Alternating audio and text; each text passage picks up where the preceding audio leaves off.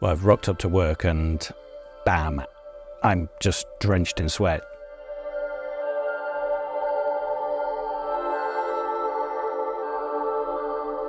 It can happen at any time of day. I get heart palpitations, sweaty armpits. I'm really tired all the time, and I've had some really low moments that I just can't shift. The tiniest thing I'm not happy about can trigger panic attacks. Imagine it happening to you in front of 12 senior executives who are hanging on your every word during a presentation. Yeah, and I bet they can't easily talk to people about it either. Really sorry to read that. That must make you feel so vulnerable. What do you think you've been describing? It's all of those the same condition? Oh, wow, okay. Either Parkinson's, Alzheimer's, epilepsy, something in that region is what I think it is. Well, I think my first guess would be some sort of migraine. So for me, it describes a stroke. And I wouldn't want to go through any of that. You've actually been reading Experiences of Menopause. Okay, gotcha. That makes sense.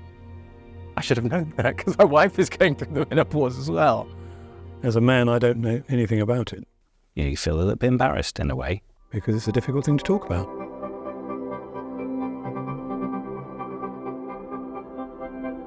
They come on straight away, super quick, no warning, and it really is like a wave of heat. Very frustrating, irritating, annoying, and also very disturbing because you're not going to get a good night's sleep ever. It might only last a few seconds, but I'm just a different human being for those few seconds as I get redder and redder.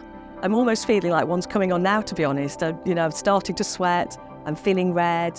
It's just coming out of nowhere.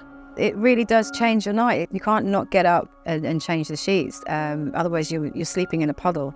And then I'm exhausted for the rest of the day, which doesn't help with my irritability, my anger, my snappiness, especially with two small children. Knackered, absolutely exhausted. I have actually not gone out to social occasions because of the symptoms of menopause, whether that be a lack of confidence or just physically, and because I'm so tired. People saying, this is not like you, Sarah. You could normally recall information, calling into question my competence as a professional individual. For me as a teacher to stand in front of a class and look lost and as though I've suddenly forgotten what I had to tell my students. You then start doubting yourself, second-guessing yourself. People look at me and think, what is going on with this woman? Like she wasn't like this before, especially people who've known me for a long time. Even my mum doesn't really recognise who I am.